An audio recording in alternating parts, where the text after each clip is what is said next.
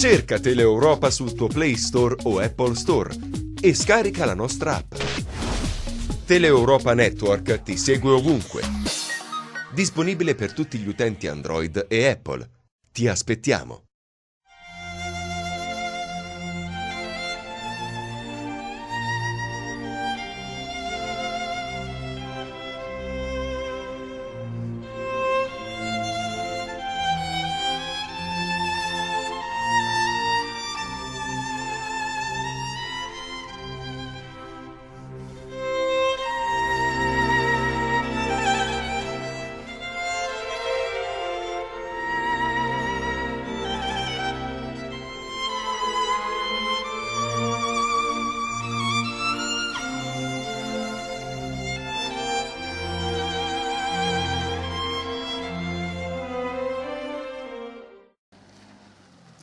A come agricoltura si sposta oggi al CREA di Rende, il centro di ricerca sull'agricoltura che ospita la tornata in Calabria dell'Accademia Nazionale dell'Olivo e dell'Olio di Spoleto, in collaborazione appunto con il centro di ricerca olivicoltura, frutticoltura e agrumicoltura. Ma entriamo dentro per conoscere direttamente i protagonisti di questa giornata.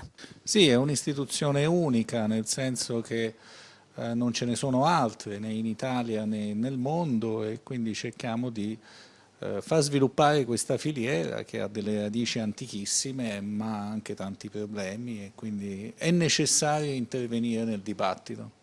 Quindi unica vuol dire che non c'è diciamo, altra istituzione competitiva a questo livello con l'Accademia, a livello mondiale? Come Accademia è l'unica dedicata interamente alla filiera dell'olivo e dell'olio di oliva. Allora, parliamo di che cosa svolge, di che cosa si occupa e a che livelli e in che termini. L'Accademia fa varie cose, organizza dei piccoli corsi di aggiornamento e formazione su vari argomenti, dalla qualità dell'olio alla potatura dell'olivo alla difesa, organizza dei convegni sia di livello nazionale che internazionale. Oggi ci troviamo qui a Rende in Calabria perché l'occasione è una tornata, cioè una visita sul territorio che di solito nasce da richieste del territorio stesso e dedicata a tematiche del territorio. In particolare di qui, e lo vediamo dalle relazioni, c'era l'esigenza di fare un po' il punto sulle varietà calabresi e anche su quella che è lo stato dell'arte nella raccolta meccanica. Infatti ci sono molte aziende calabresi che operano proprio nella costruzione di macchine per la raccolta, e quello della meccanizzazione è uno dei grandi temi perché è necessaria per cercare di contenere i costi di produzione. Ecco, ha parlato della Calabria, è una delle regioni vocate proprio di coltura, ma in tutta Italia si produce dell'ottimo olio d'oliva. Che cosa c'è bisogno ancora per tutelare proprio la qualità di quest'olio? Beh, dal punto di vista della qualità si fanno sempre passi in avanti anche come conoscenza, per cui la sfida è sempre aperta. Però bisogna anche dire che già il livello qualitativo è buono, questo vale per tutta la produzione italiana, e per quella calabrese, soprattutto negli ultimi 10 anni, si sono fatti dei passi in avanti straordinari. Ecco, sì, lei parlava di formazione prima, formazione rivolta a chi opera in questo settore, ma una formazione, se vogliamo chiamarla anche più educazione, anche per poi chi sono i consumatori finali. Sì, questo è vero, cioè una sensibilizzazione, un'educazione del consumatore, così come un continuo aggiornamento dei tecnici e dei produttori che operano nella filiera, perché sembra oggi che tutti sappiamo tutto, poi in realtà si vedono ancora degli errori grossolani, sia in campo che in frantoio, e quindi c'è necessità di essere presenti. Ecco, oggi si parla qui di germoplasma, quindi quanto è importante, lo sottolineava già poc'anzi lei, la ricerca e queste cultivar come possono contribuire, cioè conoscere più cultivar, maggiori cultivar nel campo proprio della ricerca. Beh, innanzitutto è una ricchezza straordinaria che abbiamo in Italia e anche in Calabria, con centinaia di cultivar che sono state censite e descritte. Come queste possono diventare importanti? Beh, nelle emergenze sappiamo del problema della xylella nel Salento e proprio questi grandi bacini di cultivar vengono oggi scandagliati per cercare di trovare del materiale resistente. Ma basta spostarsi sugli aspetti della coltivazione, quindi ad esempio il contenimento delle dimensioni, ci sono cultivar che hanno una vigoria più bassa di quelle medie, oppure della qualità dell'olio. Anche il concetto di qualità si è evoluto molto negli ultimi tempi, oggi c'è molta attenzione sui biofenoli dell'olio, ebbene sappiamo che il contenuto originario di fenoli dell'olio a parità di altre condizioni è molto diverso da cultivar a cultivar. Quindi avere un ricco giacimento di varietà è un'arma in più, ovviamente dobbiamo sapere cosa abbiamo e quindi c'è da lavorare, però ci può risolvere dei problemi attuali o futuri. Un'ultimissima domanda, un po' provocatoria. Quando si pensa all'olio d'oliva si pensa ad un prodotto alimentare. Lei pensa immediatamente questo oppure a un prodotto che anche da un punto di vista organolettico ha delle ulteriori proprietà e quindi per esempio ho nominato prima il campo farmacologico? Beh, decisamente dal punto di vista organolettico è un grasso che dà molta soddisfazione. È anche vero che come alimento ha delle proprietà salutistiche per cui oggi si è affermato anche su mercati internazionali proprio perché è ritenuto un componente fondamentale della dieta, di una dieta salutare. Oggi, in occasione di questo meeting organizzato presso il CREA OFA di Rende, in collaborazione con l'Accademia Nazionale dell'Oliva e dell'Olio, che per l'occasione ha organizzato proprio una tornata qui nella sede, in una delle sedi più importanti nella ricerca italiana nel settore olivicolo-oleario, abbiamo il piacere di avere qui con noi il presidente del CREA, il dottor Salvatore Parlato, il quale, a parte l'onore che ci dà a venire in Calabria, anche a venire nell'istituto, io dico nel nostro istituto perché io fino a poco tempo fa ero un ricercatore di questa sede e quindi praticamente a lui intanto vorrei dare il benvenuto e il ringraziamento per essere qui e le chiedo inizialmente se lei era stato qualche volta qui nella nostra sede e che impressione ha avuto circa la nostra struttura. Sì, no, ero già stato qui durante le fasi della riorganizzazione e avevo potuto apprezzare la struttura, la qualità dei ricercatori e assieme avevamo programmato quello che poi insomma, stiamo mettendo in atto, cioè un rilancio dell'attività di ricerca avvenuto anche attraverso l'incorporazione diciamo, di quello che era l'istituto dentro un centro più ampio che è quello appunto di olivicoltura, frutticoltura e agrumicoltura e che a sua volta stia dentro un contesto diciamo, di ricerca nazionale che possa permettere, partendo da Rende, alla ricerca in olivicoltura di affrontare tutte le varie tematiche che si rendono necessarie per dare poi agli operatori un contributo sostanziale per migliorare sia la qualità delle produzioni sia soprattutto la capacità di estrarre una remunerazione dalla loro attività. Ecco, a questo proposito, siccome questa trasmissione è un po' patrocinata da un'associazione olivicola, da una OP di Cosenza, io raccolgo un po' le considerazioni, le impressioni che hanno fatto gli olivicoltori calabresi circa questo riordino degli istituti di ricerca. Questo è stato da sempre, dagli inizi degli anni 70, il punto di riferimento della ricerca non solo in Calabria, ma in tutto il meridione, dove praticamente l'olivo rappresenta sia dal punto di vista economico sia dal punto di vista sociale forse la più importante fra le colture. E allora sono rimasti un po' scontenti di questo riordino perché diciamo, in un certo senso è stata spezzata la filiera. Prima c'era il discorso dell'olivicoltura in Calabria e della radiotecnica a Pescara. Con questo riordino un po' è stato rivoluzionato questo concetto, cosa che non è avvenuta per altre filiere, per esempio per la viticoltura. Che cosa possiamo rispondere a questi olivicoltori? e possiamo rispondere che, come dire, in parte forse avevano ragione, ma noi l'abbiamo detto sin dall'inizio, come tutte le riorganizzazioni si fanno anche dei tentativi, no? delle sperimentazioni, visto che siamo un centro di ricerca e sperimentazione, e effettivamente abbiamo visto che il tentativo di spostare la parte, diciamo, di trasformazione all'interno di quello che è l'altro centro che all'interno del CREA si occupa specificamente proprio delle trasformazioni alimentari, ha creato un certo scollamento rispetto all'attività di filiera, e quindi stiamo ragionando di riportare quella componente, diciamo, dell'elaio-tecnica all'interno della filiera, quindi richiudere la filiera. E già nell'attività che stiamo portando avanti, noi stiamo costituendo un laboratorio di elaio-tecnica a Rieti, dove c'è un importante, no, areale di produzione di olio. Abbiamo avuto un finanziamento dal CIPE più altre risorse che stiamo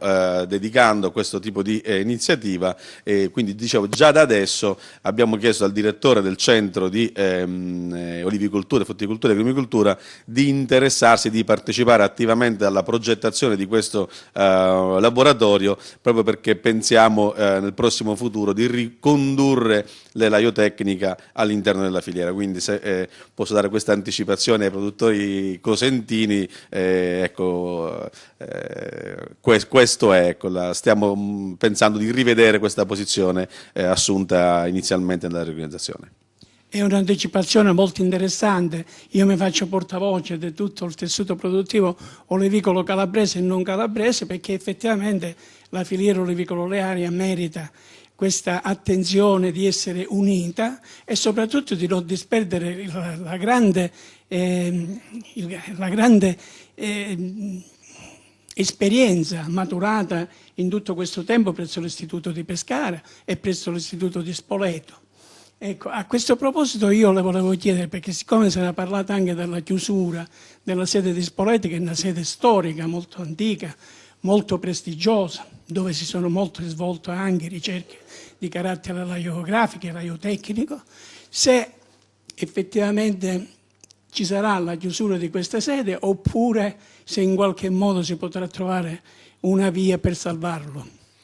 Ma qui non è una questione di salvare, nel senso, ripeto, noi nella riorganizzazione, anche per quello che dicevo prima, abbiamo sempre cercato di avere come linea di indirizzo quella di rilanciare le attività di ricerca e soprattutto nell'olivicoltura, dove partivamo comunque da un anche sottofinanziamento delle attività, abbiamo cercato di potenziare il più possibile le attività di ricerca. Per poterlo fare, ovviamente, come dire, ci serve la materia prima, ci servono i ricercatori. Il problema di Spoleto è che Spoleto è rimasto un solo ricercatore e un collaboratore amministrativo, quindi diciamo non è che noi la chiudiamo, l'abbiamo trovata chiusa la sede di Spoleto, non c'è un'attività, nonostante, diciamo, il ricercatore che sta lì è uno dei nostri ricercatori più brillanti, però ecco, avere troppe sedi poi si rischia di disperdere un pochettino la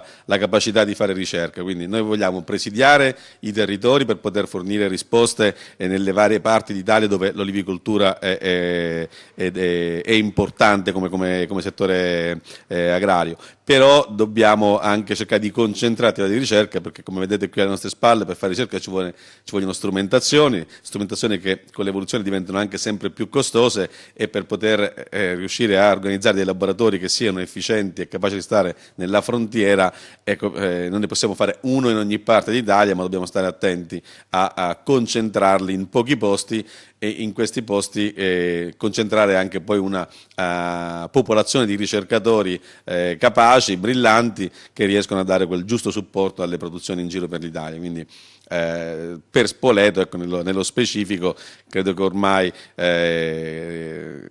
per quanto riguarda la parte ricerca, insomma, sarebbe molto dispendioso riattivare un nucleo di ricerca in quella sede. Sicuramente ragioneremo un pochettino su come mantenere un pochettino il valore storico di quella sede, la tradizione che a Spoleto c'è, no? Anche l'azienda. L'accademia che sta lì, e capire anche un pochettino come e valorizzare l'azienda, che però, ripeto, noi facciamo sperimentazione e ricerca. Quando finiamo quel tipo di attività, l'azienda, non essendo più funzionale, dovrà fare altro. Per cui intanto, ecco, io mi concentrerei nel far bene le cose in quelle sedi che meritano di essere valorizzate, come sicuramente rende. Ecco, in ultimo, tornando proprio al discorso della sperimentazione e della ricerca, le volevo chiedere qual è la situazione in prospettiva per i ricercatori di questo centro di avere delle possibilità di poter attuare effettivamente le ricerche che sono necessarie in un settore rimasto ormai un pochino vetusto, un po' obsoleto in molte zone del mezzogiorno d'Italia, quindi hanno bisogno di rivitalizzazione culturale per poter fare questo. Ora, io sento i colleghi, ho sentito che praticamente alla luce dell'attuazione di questo piano olivicolo nazionale sono stati finanziati diversi progetti, ma lei che prospettive ci può dare per il futuro sul piano proprio della ricerca? Ma, come le dicevo, siamo in una fase in cui, anche a seguito della riorganizzazione che ha permesso di razionalizzare un pochettino le risorse, quelle poche risorse che complessivamente comunque vengono destinate alla ricerca, stiamo cercando di utilizzarle al meglio e destinandole, concentrandole in quei settori dove, appunto, come ci è sembrato essere l'olivicoltura, avevamo da un lato grandi potenzialità di mercato, dall'altro una ricerca che era rimasta un pochettino al palo proprio per un sottofinanziamento. Quindi abbiamo cominciato a indirizzare lì le risorse del piano olivicolo, una parte delle risorse di questo progetto sull'agricoltura digitale che a breve partirà, le risorse del progetto sulle biotecnologie, dove ricordo noi sull'analisi genomica dell'olivo siamo troppo indietro rispetto a quella che è l'importanza della coltura, e più questo finanziamento che abbiamo ottenuto dal CIPE, quindi complessivamente arriviamo ad una somma che si può cifrare intorno ai 10 milioni di investimento in ricerca nel prossimo triennio, che è sicuramente una delle più alte che riusciamo a destinare ad una singola coltura. Ovviamente non tutto verrà fatto dal centro di Rende, perché le tematiche interessate sono le più diverse. Ad esempio abbiamo tutta purtroppo una tematica che riguarda la difesa, che non è solo la xylella, ma come sanno purtroppo i produttori anche la mosca bianca e quant'altro, e su tutto questo noi dovremmo impegnarci per dare nell'arco del triennio delle soluzioni poi facilmente spendibili dai produttori, per cercare di arginare questi problemi che poi possono portare anche, nonostante la qualità, a crolli di produzione del 30-40%, in alcuni casi anche più alti. Quindi c'è un grosso impegno sia del Ministero sia dell'ente per attivare una ricerca capace di dare delle soluzioni pratiche in poco tempo agli operatori. E a breve, tra l'altro, oltre a quello che vi dicevo, se tutto va per come deve andare, verrà fatto anche da parte del Ministero un bando per altre attività di ricerca da destinare a università e altri centri di ricerca scusate, che potranno completare l'offerta in tal senso per quanto riguarda il panorama italiano. Approfittando della gentilezza del Presidente parlato, vorrei fare un'ultimissima, velocissima domanda circa i ragazzi che aspettano la stabilizzazione. Qui ne abbiamo diversi di questi ragazzi e vorremmo sapere se la situazione per loro è diciamo, realizzabile in tempi brevi. Ma io penso e auspico di sì, sono delle commissioni che stanno lavorando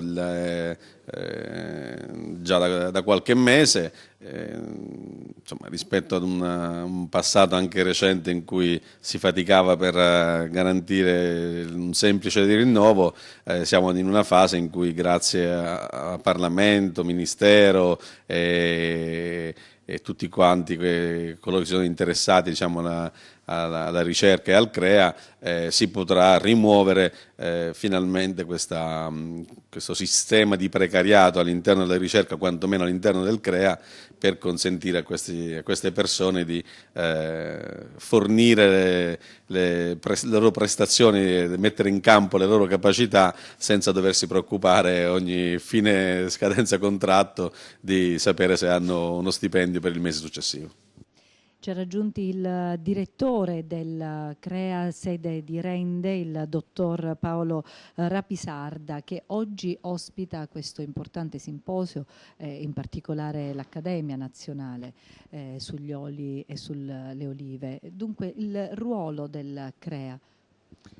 Ma tornando all'incontro di oggi, dico che per noi è un onore ospitare l'Accademia dell'Olio e dell'Oliva e dell'Olio oggi qui a Rende, che parleremo naturalmente di ricerca, di innovazione di tutti i segmenti di questa importante filiera, importante per l'economia di questo territorio, della Regione Calabria, ma importante anche a livello nazionale. Dal punto di vista, diciamo, della nostra funzione all'interno della filiera, noi ci occupiamo di ricerca, svolgiamo attività in tutti i segmenti di questa filiera, quindi a partire dal miglioramento genetico, dalle tecniche colturali, ai trattamenti pre e post raccolta dei frutti, fino ad arrivare alla trasformazione. Ecco, la novità credo che oggi emerge è questa, che il CREA, questo centro, il centro di olivicoltura, frutticoltura e agrumicoltura, si riappropria dell'ultimo segmento della filiera olivicola, che è quello della trasformazione dell'olivo in olio. Nella precedente, diciamo, nella riorganizzazione che si è verificata in questi ultimi anni, questo segmento era stato assegnato ad un altro centro. Adesso ritorna al centro di olivicoltura, frutticoltura e agrumicoltura, e quindi ritorna, diciamo, a casa, dove esistono le competenze per poter rispondere ai bisogni di innovazione, diciamo, anche in questo segmento o di tutta la filiera. E con noi il rettore dell'Università della Calabria, il professor Crisci. Oggi si parla di olivicoltura, ma si parla sostanzialmente di ricerca. L'Università della Calabria è vicino sia fisicamente, ma non solo, con il centro CREA Oli, che da sempre, insomma, si è occupato di olio d'oliva vergine ed extravergine, ma la Calabria ha anche, l'Università della Calabria ha anche del brevettato sull'olio d'oliva dei prodotti, mi riferisco al gel oil o anche all'olio spalmabile. Ha fatto l'olio spalmabile, poi ha fatto anche, il professor Sindona si è occupato anche di trovare dei metodi per determinare la provenienza dell'olio. Poi proprio recentemente a Meccanica, uno spin-off di giovani molto bravi, hanno messo su una macchina per fare l'olio fresco. Cioè un olio che possiamo produrre durante tutto l'anno, perché si conserva in frigo l'olivo intatto e poi ghiacciato. Poi quando uno vuole l'olio fresco, questa macchina produce l'olio fresco, e noi sappiamo perfettamente che l'olio più è fresco più conserva le proprietà organolettiche, dopo 4-5 giorni scade un po'. Quindi siamo impegnati in diversi fronti, come del resto in tanti altri settori. Questa dell'olivicoltura è una delle presenze di questa università da sempre, quindi noi abbiamo collaborato, e entra nel discorso questo polo di ricerca altamente avanzato che abbiamo nella Valle dei Trati. Quindi per noi è obbligatorio collaborare, perché, come ho detto, se si collabora si cresce insieme, e quindi il successo è molto più facile e più garantito, perché ognuno lavora tamponando le mancanze che l'altro ha, e quindi io credo che il futuro ci porterà a qualche piacevole sorpresa. Lei parlava prima di ricerca più in generale. L'Università della Calabria sta veramente ottenendo riconoscimenti su più fronti. Non c'è dubbio, noi abbiamo puntato molto, del resto siamo nati soprattutto da un polo tecnologico, economico, che non ha dimenticato però il suo passato storico e culturale. E quindi è chiaro che io credo siamo riusciti a mettere a frutto i finanziamenti che anche con i fondi europei ci sono arrivati. E quindi io credo che soprattutto in molti settori siamo all'avanguardia nazionale e anche internazionale, in base ai premi che vediamo i nostri ricercatori ottengono in giro. Quindi, insomma, adesso sono molto contento, perché la cosa che mi fa più piacere è che noi in Calabria finalmente ci possiamo vantare che in Calabria c'è qualcosa di valore nazionale e internazionale e poi finalmente poter dire che abbiamo cose positive. La difficoltà che abbiamo è sempre poi imporre questa nuova immagine, perché in genere è molto più facile per tutti, soprattutto per la comunicazione del nord, mette sempre in risalto le nostre negatività che ci sono. Però noi siamo, tutto quelli che lavorano in questa valle sono delle grosse positività, mettiamoci tutti insieme e facciamolo conoscere anche in giro. Mi fa piacere sentirlo dire proprio da lei che è calabrese d'adozione. Sono in Calabria da 42 anni, ormai, anche se non ho preso l'accento, ma insomma ci sono sceso, ci sono rimasto, ci vivo bene, quindi qualsiasi contributo diamo a questa regione io sono sempre contento.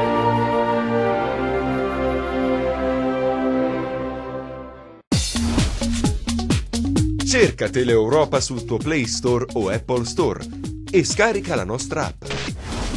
Teleeuropa Network ti segue ovunque. Disponibile per tutti gli utenti Android e Apple. Ti aspettiamo.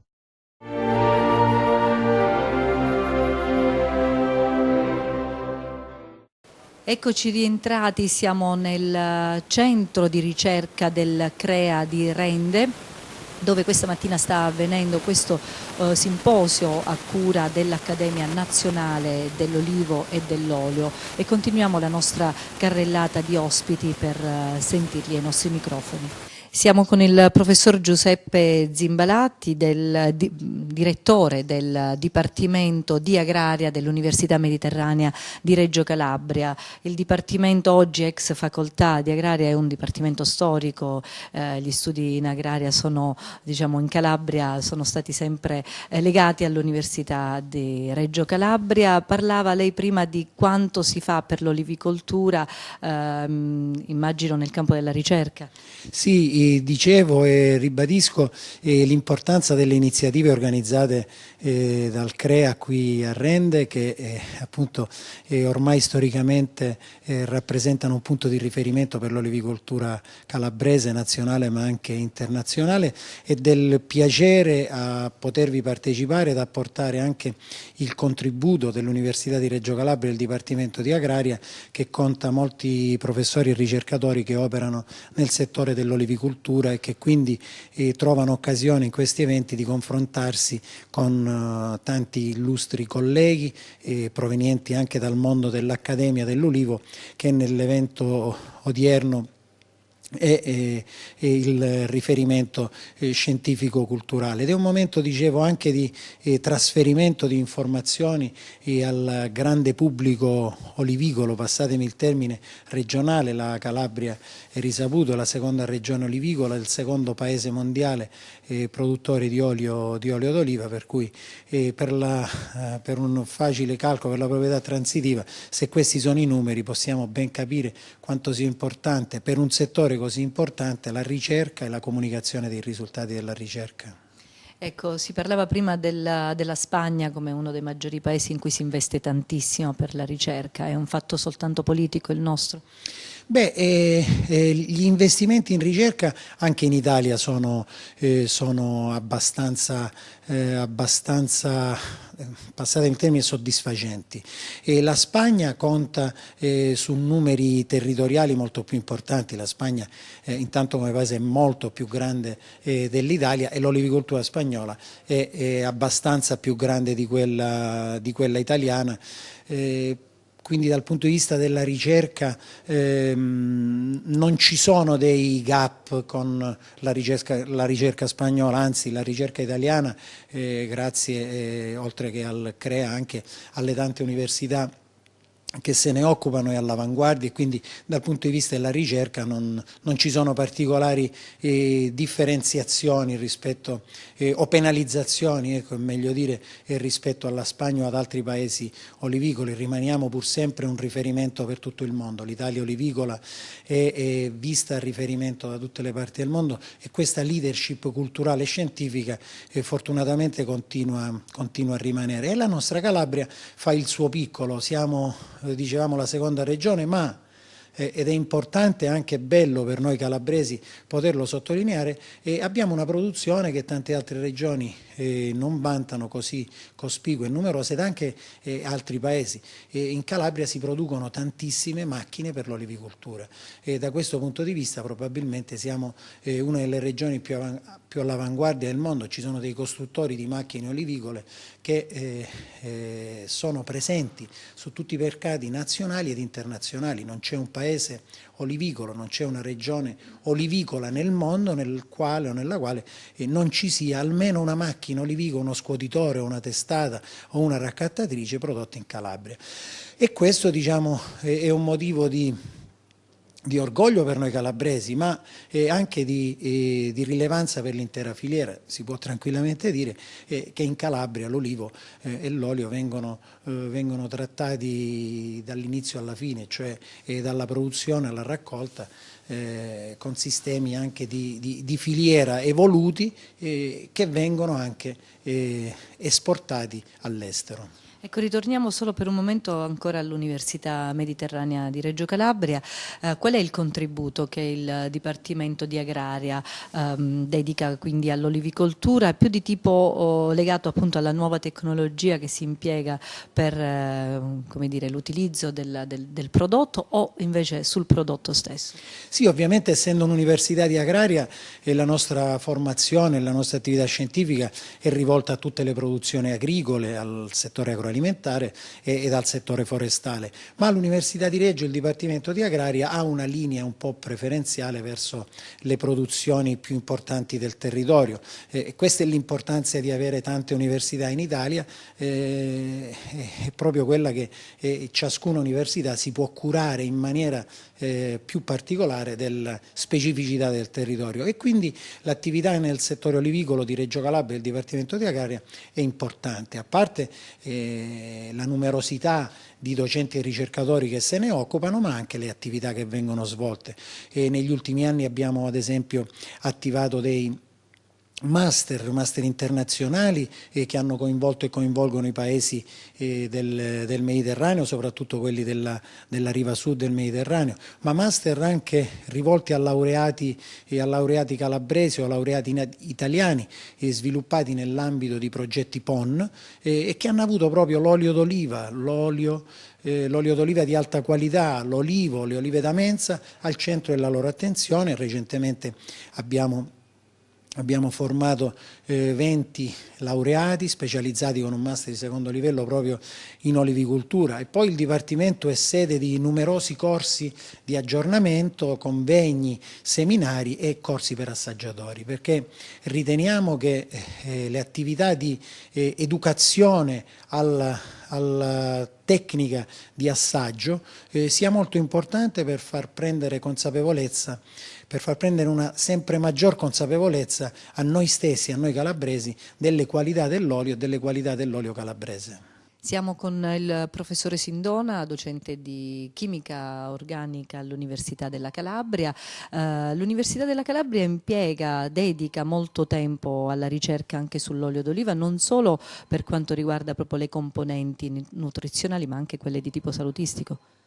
Sì, in effetti, almeno per quello che facciamo noi a chimica, ci siamo dedicati alla certa individuazione di questi principi attivi, che poi hanno attività farmacologiche, fatta con metodi che sono abbastanza all'avanguardia e non con i metodi che ancora tradizionalmente vengono usati. Per cui le indagini che noi portiamo avanti determinano esattamente cosa c'è, come si chiama e quanto ce n'è, tanto per essere chiari. E ovviamente, per esempio, esistono, per lo stesso motivo, per ovvi motivi anche, delle strutture europee che propongono metodologie stravecchie che non servono a niente. Questo ve lo dico con certezza, perché ormai, essendo alle soglie della pensione, mi posso sfogare. Non servono assolutamente a niente. Quelle che abbiamo messo a punto noi come metodologie si basano su metodi che sono non inventati da noi, da grossi ricercatori americani 50 anni fa. Vanno bene, ma sono sconosciuti. In Italia, non in Calabria, in Italia. O meglio, qualcuno fa finta di non conoscerli. E invece su che cosa possiamo dire che si è dedicato particolarmente alla ricerca all'Università della Calabria? E proprio su questo, cioè sulla determinazione di principi attivi che possono avere un'attività farmacologica, ovviamente sull'olio d'oliva abbiamo cominciato molto tempo fa, una decina d'anni fa su suggerimento del consorzio di Reggio Calabria che si interessa di bergamotto, sul succo di bergamotto, sugli scarti, eccetera, abbiamo individuato quelli che sono i potenziali principi che possono agire come anticolesterolemici, dopodiché ora si passa alle prove mediche se c'è voglia di farle e poi possono essere usati anche come farmaci. Ritorniamo un momento all'olio d'oliva. Qual è la prerogativa principale, diciamo, contenuta in un olio extravergine ben fatto, ovviamente, che può portare, diciamo, della positività per l'organismo umano? Vabbè, a parte i grassi, perché ovviamente l'olio è un grasso e quindi la loro percentuale si determina abbastanza semplicemente, ci sono principi attivi che sono antiossidanti e antinfiammatori, la cui azione è stata dimostrata da tempo. Quelli che vengono chiamati comunemente polifenoli, con un termine sbagliato da quando qualcuno l'ha inventato, sono delle molecole presenti nell'olio d'oliva che hanno una loro struttura e una loro funzione. Abbastanza di recente, insomma non ricordo bene la data, ma saranno una decina d'anni fa, sono state trovate anche degli antinfiammatori presenti nell'olio d'oliva, quindi chiaramente la loro caratterizzazione, identificazione e tutto il resto dà all'olio, oltre alle sue qualità organolettiche, nutrizionali e compagnia bella, anche un'attività farmacologica. A parte questo è possibile, per esempio dagli scarti dei frantoi, isolarle queste molecole. E quindi isolare queste molecole e utilizzare queste direttamente come fitofarmaci per poter fare quell'azione che è ormai riconosciuta.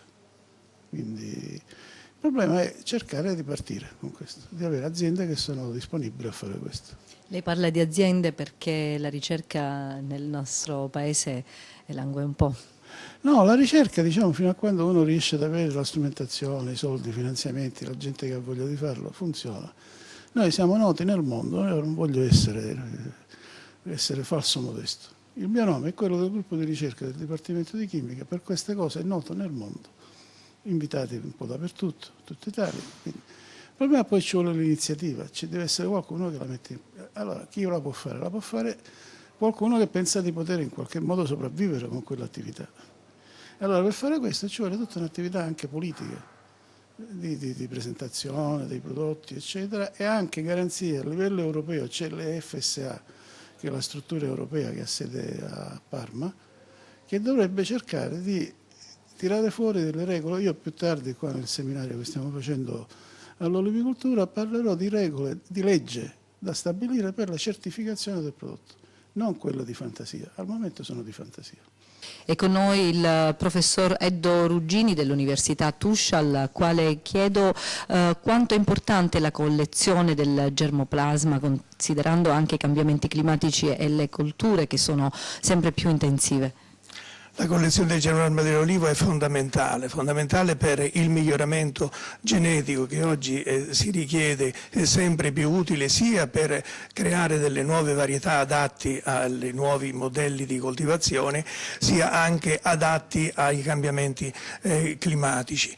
Quindi attualmente nel bacino del Mediterraneo abbiamo oltre 1000 varietà, soltanto poche di queste sono in coltivazione, le altre sono lì in attesa di essere conservate e rischiano anche di sparire. Perché con i nuovi modelli di coltivazione ne vengono utilizzate solamente pochissime e noi abbiamo il dovere di conservare questo grande patrimonio che viene ereditato appunto dalla natura, che l'olivo si è formato proprio, si è sviluppato nel bacino del Mediterraneo e sono formati oggi sappiamo con certezza dalle ultime test molecolari, si sono sviluppati 3 centri di differenziazione dell'olivo e sono importanti perché di questi 3 centri le varietà portano con sé dei geni che sono diversi, magari che troviamo non sempre li troviamo in tutti questi 3 centri ed è importante a appunto conservare queste piante ed utilizzarle per nuovi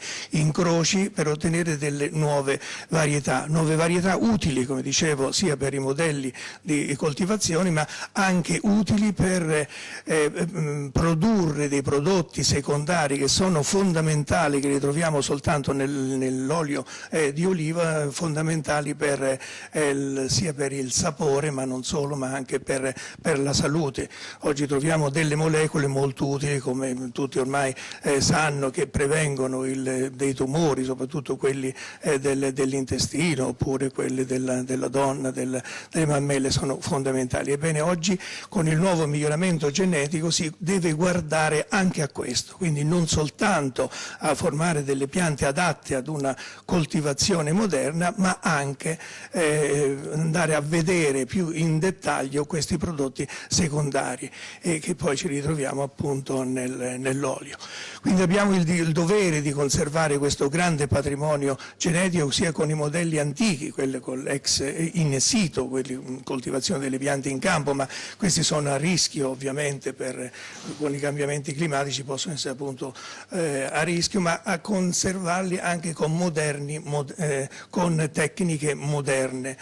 Purtroppo queste tecniche moderne tardano ad arrivare, ad essere applicate a causa degli scarsi finanziamenti che noi riceviamo dagli enti pubblici nella ricerca. Quindi il rischio è che il miglioramento genetico, anzi non è un rischio, ormai è quasi una certezza, vada a finire nelle mani soltanto delle multinazionali, e che la ricerca pubblica non è in grado di portare avanti queste ricerche, questa costituzione di nuove varietà che sono fondamentali per il futuro della olivicoltura. E chiudiamo come di consueto questa puntata di agricoltura con il presidente del IGP Olio di Calabria, il presidente Magliocchi. Oggi una giornata importante per l'olio d'oliva calabrese, perché proprio qui al centro CREA di Rende è stato ospite la più grande, l'unica anzi accademia dell'olivo e dell'olio italiano. Sì, avere una tornata di lavoro dell'Accademia dell'Olivo e dell'Olio qui nella nostra regione, nella nostra provincia, a Rende in modo particolare, diventa molto importante per l'olivicoltura. Non fosse altro perché l'Accademia esprime tutto quello che è la scienza dell'olivicoltura italiana.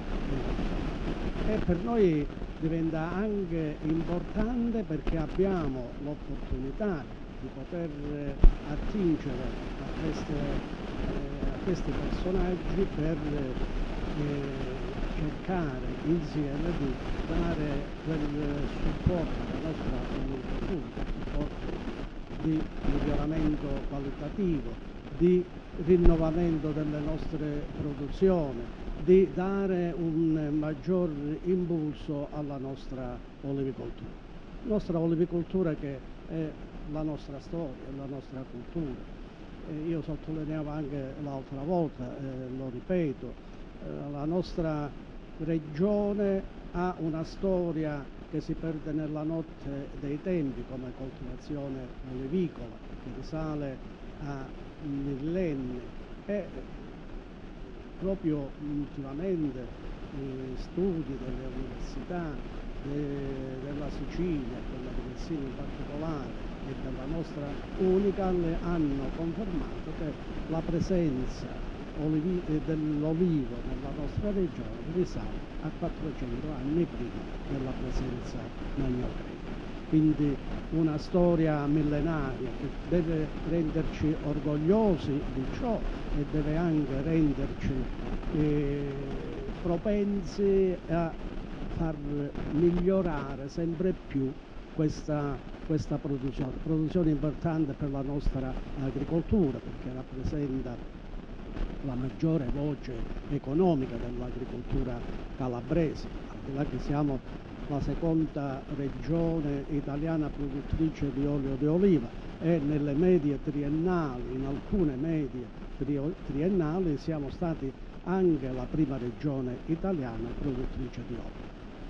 Purtroppo quest'anno non avremo questo primato per l'andamento climatico negativo che abbiamo subito, però sicuramente quella che sarà la valorizzazione della nostra qualità non verrà meno, perché pur avendo avuto un'annata non positiva, la nostra qualità ridotta ci sarà ugualmente, e i nostri olivicoltori hanno lavorato affinché questa qualità fosse preservata, per cui diciamo che il lavoro degli olivicoltori calabresi continua positivamente, continua sempre con lo stesso impegno, con lo stesso entusiasmo, per far sì che la IGP Olio di Calabria si venga ad affermare in tutti i mercati mondiali e che dia veramente un supporto e quel valore aggiunto ad essi stessi, che è la collocazione del prodotto con un marchio comunitario che ormai oggi tutti i consumatori riconoscono e che privilegiano per quanto riguarda sia la genuinità del prodotto e la sicurezza della provenienza territoriale di questo olio. Ecco, oggi si parla di ricerca in particolare. Noi abbiamo visto durante le scorse puntate di questo programma proprio dalla produzione alla raccolta, alla trasformazione. La ricerca quanto è importante anche per gli associati, per esempio dell'Associazione Olivicola Cosentina, ma anche del Consorzio IGP Olio di Calabria?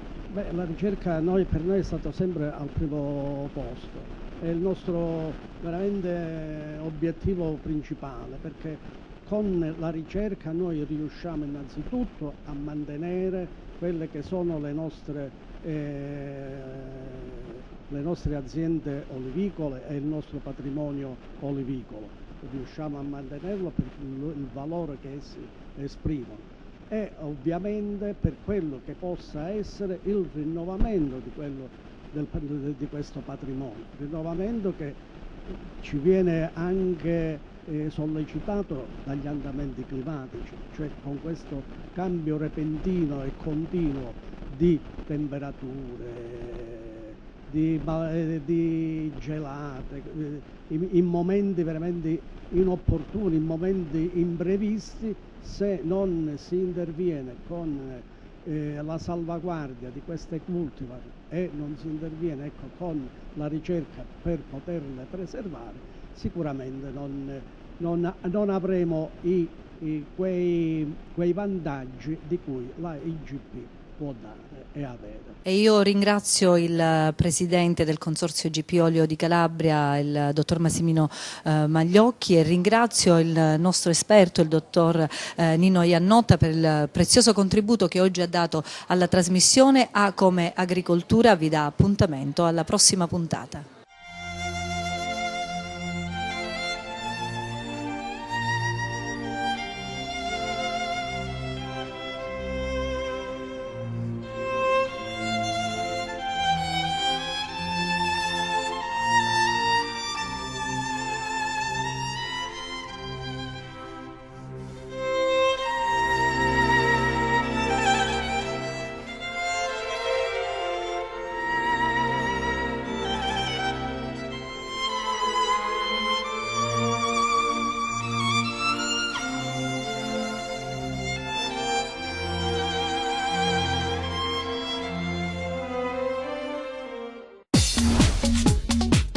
Cerca Teleeuropa sul tuo Play Store o Apple Store e scarica la nostra app.